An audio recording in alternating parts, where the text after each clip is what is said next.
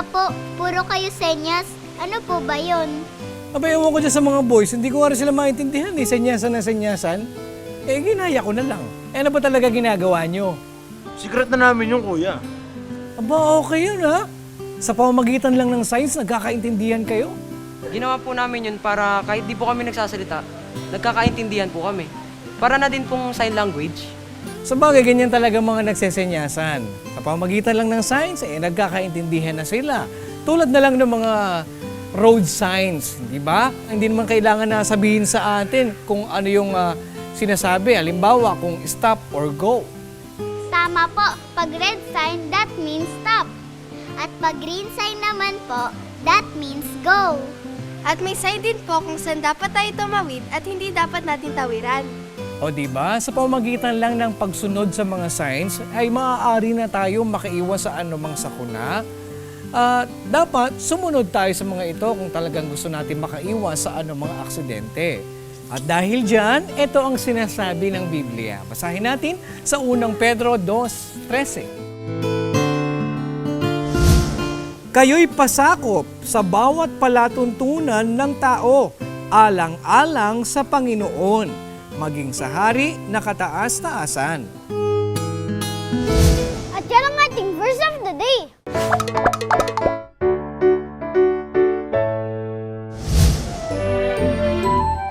Hi kids! Nandito tayo ngayon sa Rave Rainforest. Tara, KNC Show na!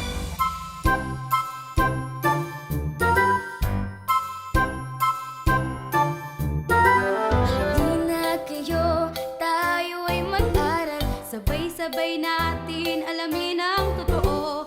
Ang kawan ng kordero sa inyo'y nag-aanyaya. Kapalag nga naman ang bumabasa. Katwiran ng Ama ay mauunawa. Kaya't buksan ang Biblia. Tayo na magsalo-salo. The KNC Show will teach us while we grow. Sa tulong ng ating Diyos Ama, isipan ay magliliwanag na. Ang turo ng ating Ama ang siyang dapat lakaran. Sa KNC Show, we'll teach us while we grow. Sa tulong ng ating Diyos Ama, isipan ay magliliwanag. The KNC Show will teach us while we grow. Sa tulong ng ating Diyos Ama, isipan ay magliliwanag na.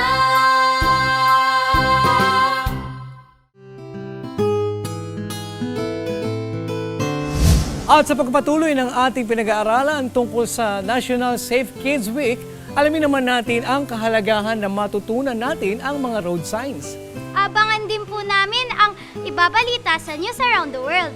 Lahat ng yan ay sa pagbabalik ng KNC Show!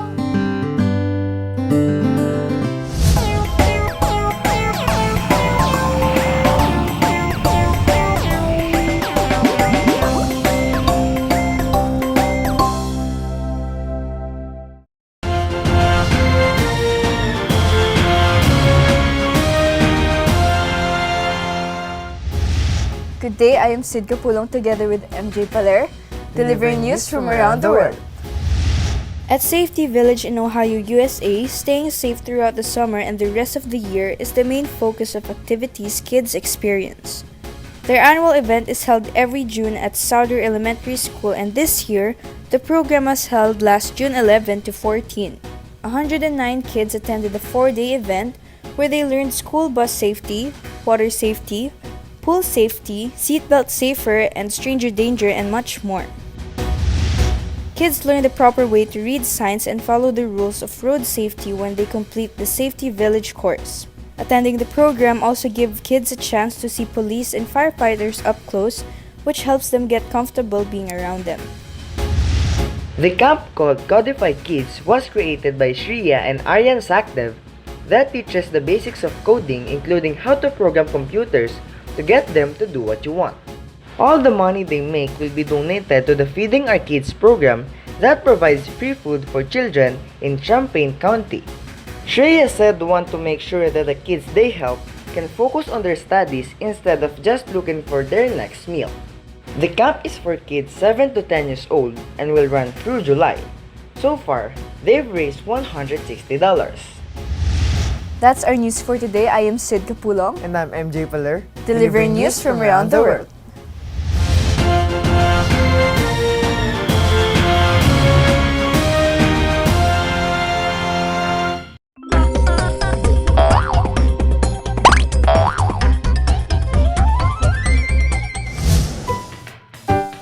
May, Mariel, natandaan niyo pa ba yung ginawa nating 3D hand drawing?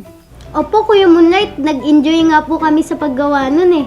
Akala ko po mahirap gumawa ng 3D drawing. Sa itinuro niyo po, madali lang po pala. Tama ka, Mariel. Basta alam niyo lang yung tamang paraan sa paggawa nito, magagawa niyo yung effect na gusto niyo ipakita. At para mas masanay pa tayo sa paggawa ng 3D drawing, magdo-drawing ulit tayo ng 3D at ang gamit natin ay color pens at lapis. At ituturo ko sa inyo ang pangaparaan sa paggawa nito. Ano pong tawag sa project natin, Kuya Moonlight? Ang tawag dito ay 3D round hole drawing on line paper. Wow! Excited na ulit ako mag-drawing ng 3D. At para makapagsimula na tayo, narito pa ang ilang materials na kailangan natin. Bond paper, ruler, at patterns. Kaya dyan kids, sumunod din kayo sa procedure ha. Tara, simulan na natin. At narito ang mga paraan sa paggawa ng project na ito. Una, kunin ang pattern na bilog at i-trace ito sa isang malinis na papel. Gumawa naman ng mga maninipis na linya gamit ang ruler. Gawin nating pantay ang mga linya sa labas ng bilog at bahagyang nakaslant naman ang mga linya sa loob ng bilog. At saka kapalan ang mga linya gamit ang color pens. Kapag kumpleto na ang mga linya na ginawa natin, umpisa naman nating lagyan ng shades. Sa paglalagay ng shading, mahalagang mailagay natin sa tamang lugar ang shadings at highlights para makagawa tayo ng isang 3D effect. Lagyan ng mas makapal na linya ang edge ng bilog. Sa ginawa natin ngayon, umpisa nating lagyan ng shadings ang ibabang bahagi ng bilog at mas makapal na shade ang gawin natin dito. Sa kabilang dako naman ay mas manipis na shade ang gawin natin. Ang galing! Parang nakagawa na talaga tayo ng butas. Parang ang galing na rin namin mag-drawing. O di ba? Sa tamang paraan at perspective ay makakagawa na tayo ng isang 3D effect. Kahit hindi pa tayo ganun kagaling sa pagguhit. Basta lagi lang tatandaan para masumusay pa tayo sa pagguhit, laging magsanay at humingi ng tulong sa Diyos. Ganyan din ang gawin nyo kids ha. Muli tayo magkita-kita sa susunod at samahan nyo ulit kami upang sanayin ang ating kakayahan sa pagguhit dahil tayo mga batang artistic.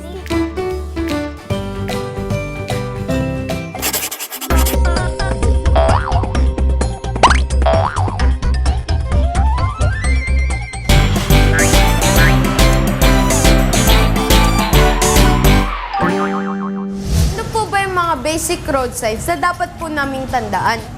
Madali lamang ang mga basic road signs. Napakasimple at dito kasi sa Children's Road Safety Park, mas pinapaikli namin at nang mas lalong naiintindihan ng mga bata, lalo mga katulad mo, kung paano sila sundin at kung paano pinatutupad. Para mas maging aware tayo in which regards sa road safety. Gaya for example, itong mga halimbawa, ito po yung mga basic. More on familiarization lang tayo tsaka awareness. Gaya nito, meron tayong papakilala ko sa yung mga signages. Una, si warning signs. Si warning signs, yung mga signages na nakikita natin na hugis at sulok. Napakadali lang nilang ma-familiarize, gaya nito. Lahat ng mga signages na nakikita natin sa kalsada na hugis at sulok at kulay pula ang border gaya nito, traffic signal ahead, ang tawag dyan ay warning sign. Next, eto naman, meron tayong tinatawag na prohibited sign. Okay, madali silang mapamiliarize dahil sa mga hugis at itsura nila. Ang prohibited sign naman, yung mga bagay na nagsasabing bawal o hindi dapat gawin. At ang kanyang hugis ay ma-identify mo sa hugis bilog. Okay? Gaya for example ito, ang sinasabi niya ay no parking. Meaning, bawal at mahigpit na pinapatupad ang huwag pagparada sa naturang lugar. Meron din kaming mga informative signs gaya nito. Ano po bang ibig sabihin nito? Kung makikita mo, ito ay isang uri ng lane marking. Ang gustong sabihin, kapag nakita natin ang dalawang solid lane na ganyan at kulay dilaw, mahigpit na pinagbabawal ang pag-overtake o ang pagsingit, paglusot ng mga sasakyan. Okay? Meron din tayong mga halimbawa na kapamilyar nito, makikita mo, broken white lanes at solid white lanes, yun ang pagkakaiba nila sa kulay. Kapag nakita natin sila sa loob ng rectangle na ganito, ang tawag dyan ay isang informative sign.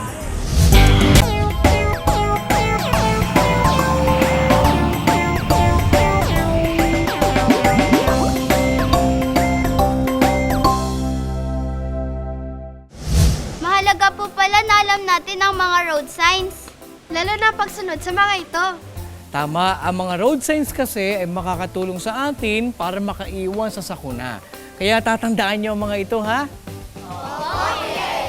Very good. Sige, puntahan na natin ang ating Bible story. Noong nakaraan, natunghayan natin ang tungkol sa pagkamatay ng anak ng babaeng Sunamita. Nakakalungkot nga po ang nangyari sa anak ng babaeng Sunamita dahil namatay po siya habang nakaupo po sa tuhod ng kanyang ina.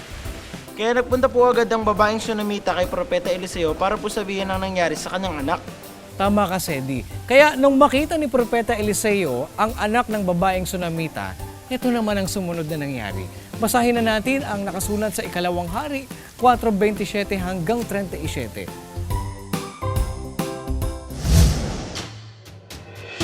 At nang siya'y dumating sa lalaki ng Diyos sa burol, siya'y humawak sa kanyang mga paa at lumapit si Jesse upang ihiwalay siya.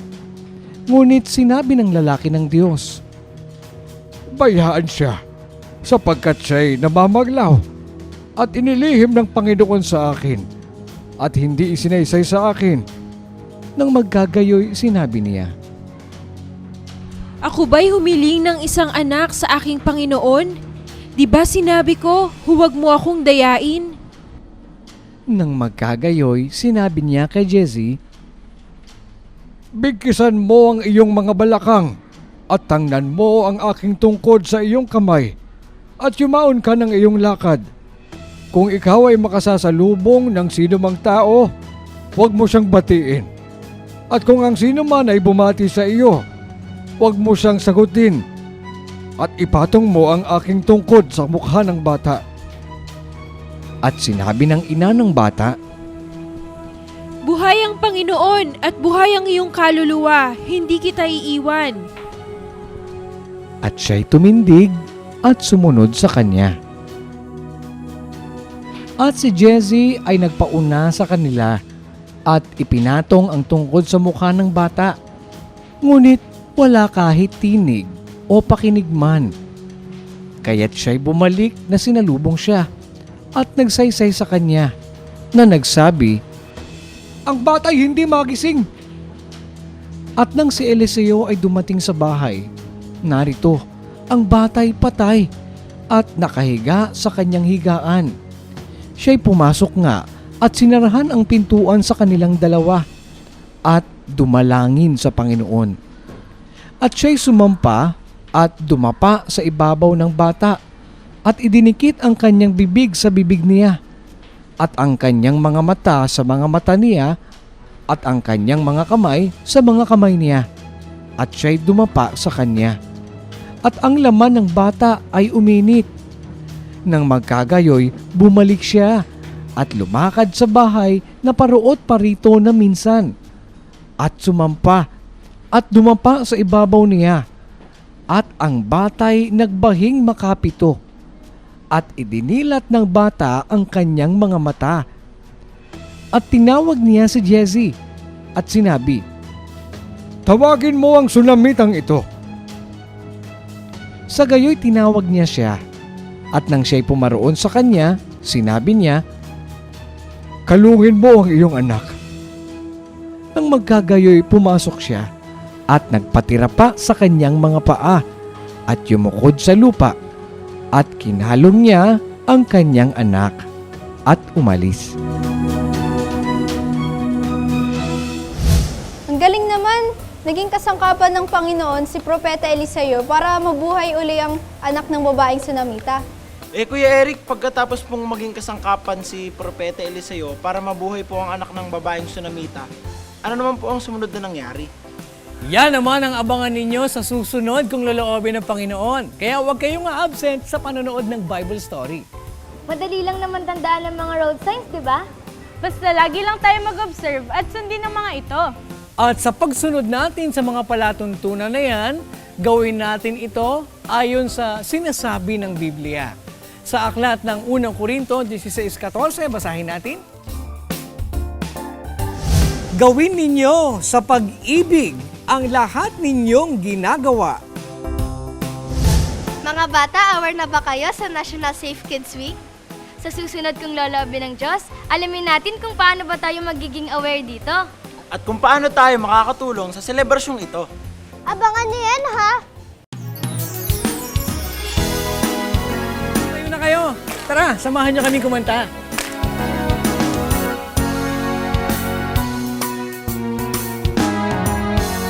Bakasyon ay tapos na, balik na sa eskwela. Sabik na ang lahat, magsulat, magbasa, maglaro, tumula, kumanta.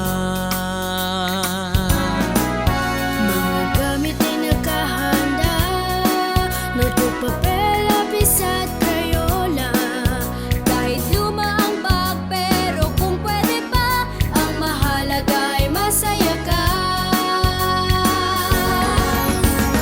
Buhay ng batang mag-aaral, umiikot sa bayan, paaralan. Ngunit huwag kalimutan itong aral ng may kapal.